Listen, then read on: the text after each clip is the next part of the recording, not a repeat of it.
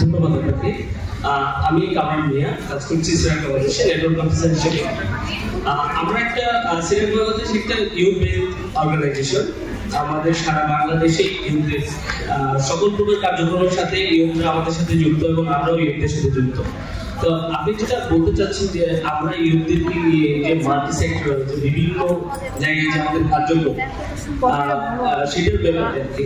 তো আমরা আমাদের যদি এখন যেটাতে আছে আমরা যে নিউট্রিশনের এবং ওয়েলনেসের যে প্রোগ্রাম, সো আমি যদি আমাদের একটু নিউট্রিশন কার্যক্রম নিয়ে বলি, আমাদের নিউট্রিটেন্স নেটওয়ার্ক নামে একটা প্ল্যাটফর্ম আছে সিরাজ বাংলাদেশে।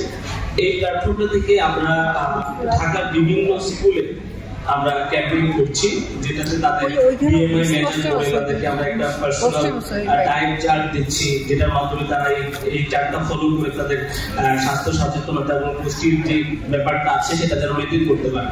এটা আমরা স্কুল ভিত্তিক করছি, পাশাপাশি আমাদের কমিউনিটি ভিত্তিক ক্যাম্পেইন কার্যক্রম চলমান আছে।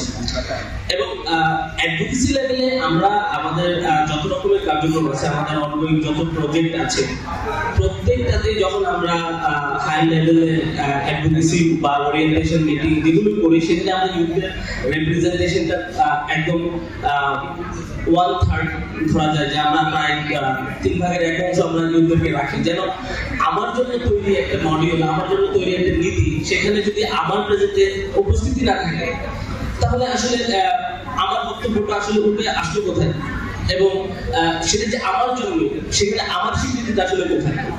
সো আমরা আমাদের অ্যাডভোকেসি লেভেলে যত কার্যক্রম করি সেখানে ইউথদের একটা বড় অংশ রিপ্রেজেন্টেটিভ রাখি এবং তাদের মতামতকে আমরা প্রাধান্য দিই।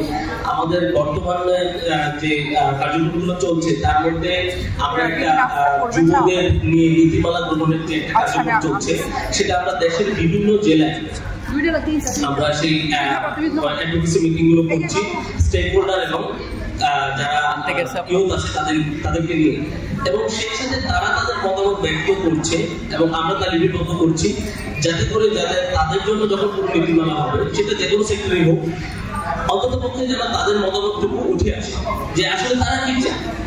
কারণ আমরা সবসময় মনে করি যে আমরা যেখানে বসে আছি সেখান থেকে তাদের জন্য যা করবো সেটাই হয়তো ঠিক, কিন্তু আমরা কখনো জানতে চাই না আসলে ইউথদের কি চাহিদা, তারা কি চায়, তাদের আসলে মতামত এখানে কি।